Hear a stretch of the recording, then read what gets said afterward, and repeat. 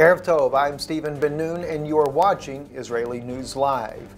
In Israel this afternoon, the military had to kill a firebomb throwing person. Actually, there were two people throwing firebombs at automobiles as they were passing by. The Israeli military paratroopers actually killed one of them, wounding the other one. The other one was later captured. This is being reported on Israel National News.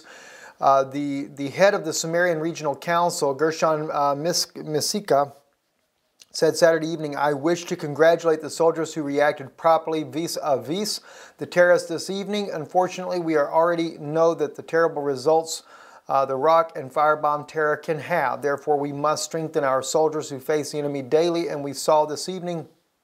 Do not hesitate to react. It is important that every terrorist know that once he prepares to throw a rock or firebomb at an IDF force or Israeli citizen, he is fair game." Now you have to understand, because it may seem like children in America throwing rocks at a car like it's no big deal. In Israel, the last firebomb attack in this area here caused an 11-year-old girl to be burned over 90% of her body. She is still in very serious condition in the hospital months later, trying to recover from her injuries. Her body badly disfigured, could have easily died. It took some time to save her life, to keep her from dying. As well as when we talk about rocks, we're not talking about little baseball-sized rocks. We're talking about huge stones that are thrown into car windshields that shatter the entire windshield, causing the driver with families, children's, babies, and everything else to go crashing the vehicle in most cases. So it is a very deadly situation that this causes, and it is intent to kill, harm, and maim Israeli citizens, mainly targeted of Israeli citizens, not as much as the Israeli military. So therefore, as usual, the Palestinian terrorists are very focused on citizens. They're not much into a military campaign, but a citizen campaign. Another interesting news is Egypt the government of Egypt has officially labeled Hamas a terrorist group. Now, that's kind of shocking. Another Arabic nation naming Hamas a terrorist group, but they said that they have continually had trouble dealing with them, and today they officially on Al Jazeera, they claimed that Hamas is a terrorist organization. Very interesting that. Excuse me. And also the Islamic State group beheaded the Japanese journalist. It was a very sad situation today. They did not get their demands met that they were hoping for. They wanted the Japanese government to give a very large cash settlement for his release. And the Islamic State terror group released the video Saturday purporting showing his beheading. He was dressed in an orange jumpsuit just like before.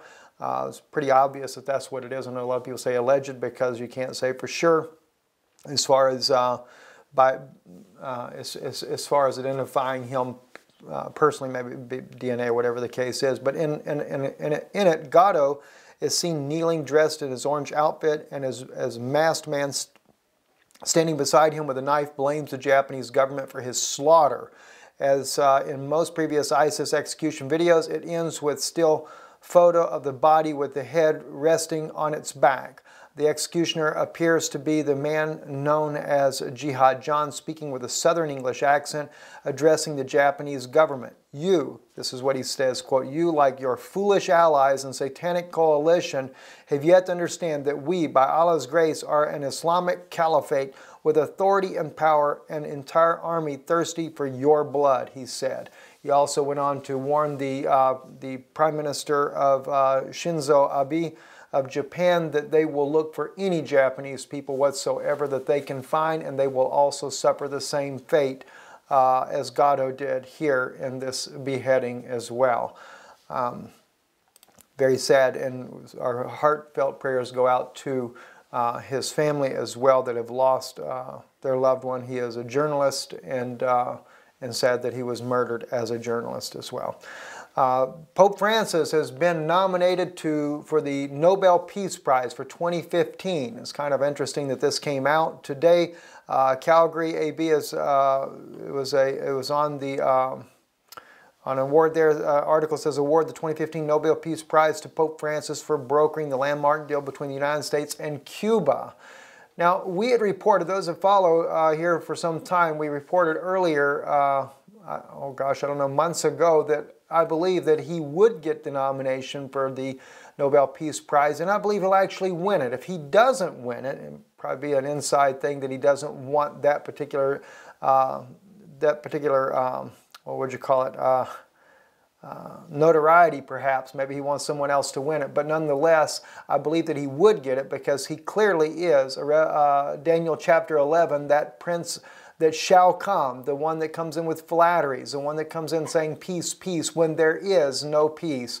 I truly believe that that may be another good sign that he is certainly the man that we claim that he is, and that is the Antichrist that is mentioned in Revelation. And by the way, in the book of Matthew, in the Hebrew Gospel of Matthew, Matthew uses the word Antichrist as well when speaking about Daniel. In the vision there, quoting Jesus, he calls it the Antichristo. And if you remember from yesterday's news there, I mentioned to you that the very word vicar, because it is very well publicized even amongst the news, the media, their own website, the Catholic website, that he is the vicar of Christ. The word vicar is a Latin word, and that Latin word translated in Greek is anti, or antichristo, the substitute or the replacement for Christ. Very interesting. I'm Stephen Ben-Nun with Israeli News Live. Erev Tov.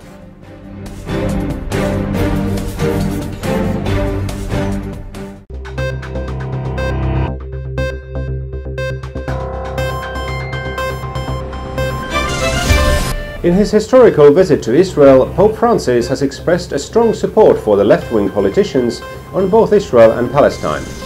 Pope Francis took a political side and said in his speech in Israel that there is only one solution to the conflict.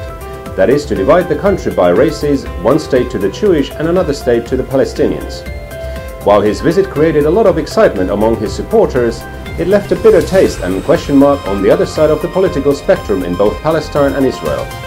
Both Pope Francis preach for a solution that is acceptable only by one political side, the left wing, that urge for a solution of dividing the land to two states, one for the Jewish and the other to Palestinians. This solution has been invented in order to prevent the demographic problem that will create very soon one state, that the majority of it will be Palestinians, and that the case for Jewish will be lost in current control of Jewish protecting laws and the land that enforcing civil and international laws about the territory ownership. Pope Francis' political statement is against the majority of the political standpoints on both sides. The Palestinians do not accept that their homeland should be divided and given as a solution for the Jewish refugees that has been kicked out of and run away from the countries that has been cost them so much trouble as a result of anti-Semitism. On the other side, the Jewish right wing and the religious part of Israel claim the full ownership on the whole land, including all Palestinian territories, that according to their beliefs has been promised to them by God, therefore it must belong to them only.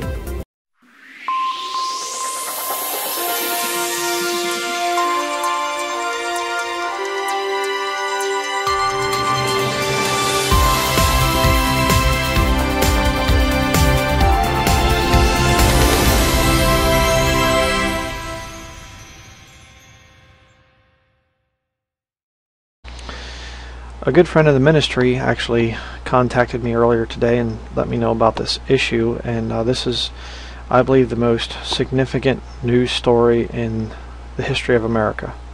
Right here, and you say, oh come on Brian, it's not that big. Oh, it's very big. And I wanted to confirm it with different mainstream media sources, and right here we have Washington Post, Fox News, NBC News, Washington Post, at BBC, USA Today. Let's click on this one. Let's listen to this. On September 24th, His Holiness Pope Francis will visit us here at the United States Capitol. That day, His Holiness will be the first Pope in our history to address a joint session of Congress. We're humbled that the Holy Father has accepted our invitation and certainly look forward to receiving his message on behalf of the American people. Hello. So, sorry about the little advertisement thing there, but how incredible. The leader of a foreign nation coming to address America, our Congress, our government. This is literally the Roman Catholic open admission of the Roman Catholic takeover of the United States. We are talking about Pope Francis. You know, he's coming to the United States in September, and he has announced now that he is going to make an address to Congress. This is the first time for any pope, and of course all the politicians in Washington and all across the country are very happy about this. This is a huge announcement. So President Obama, he said, like millions of Americans, I am very much looking forward to welcoming Pope Francis to the United States this year, naturally. So in another groundbreaking move by Pope Francis, he also hosted a video chat on YouTube. He called himself, he called himself a disaster with machines, and he said he doesn't even know how to work a computer, and he said all that as this is streaming on YouTube, of course. So many found this moment very relatable, and on Facebook we had Laura chime in saying, after watching my first DVD, I tried to figure out how to rewind it, which I think a lot of us can relate to when those things first came out. So it should be interesting. We'll see what happens in September, guys. Absolutely disgusting. I mean, it's just, this is very, very, very bad. Brothers and sisters in Christ, we need to be seriously in prayer about this.